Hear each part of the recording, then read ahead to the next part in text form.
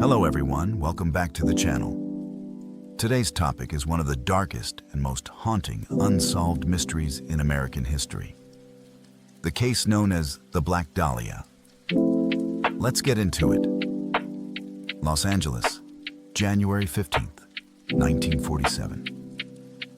The sun had barely risen over Leimert Park when a woman pushing a stroller along a quiet street noticed something strange lying in the grass of an empty lot. What she saw was not something the mind could easily process, a human body positioned in a way that defied comprehension. I am the silent witness to time, and I already knew what that morning would bring.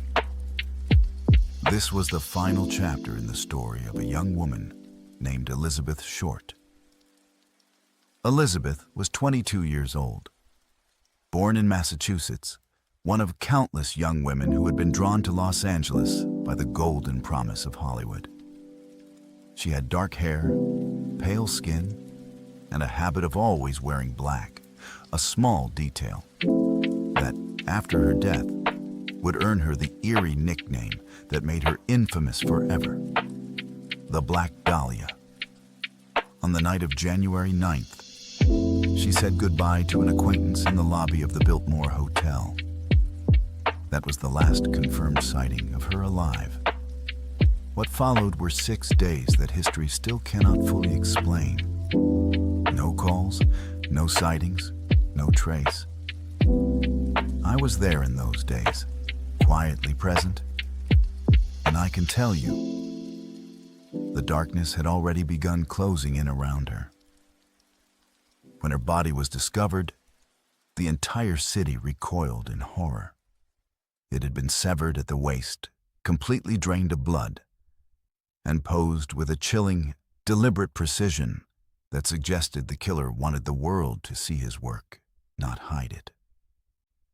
There were no defensive wounds consistent with a struggle in the location where she was found, which told investigators one grim truth. She had been killed somewhere else, then brought here, arranged like a twisted piece of art for the world to discover. The city of Los Angeles had never seen anything like it. Newspapers seized on the story instantly. The Los Angeles Examiner practically turned the investigation into its own private crusade, racing detectives to leads, printing details before police even confirmed them. The public devoured every word. Elizabeth Short, in death, became more famous than she ever was in life. Detectives chased hundreds of leads. Confessions poured in from disturbed men seeking attention. More than 60 individuals falsely confessed to her murder in the months that followed. Suspects included doctors, former boyfriends, con men, and even members of the LAPD itself.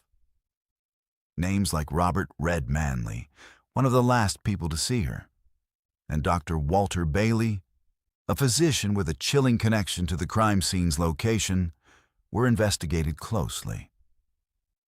Yet no one was ever charged, no trial, no conviction, no justice.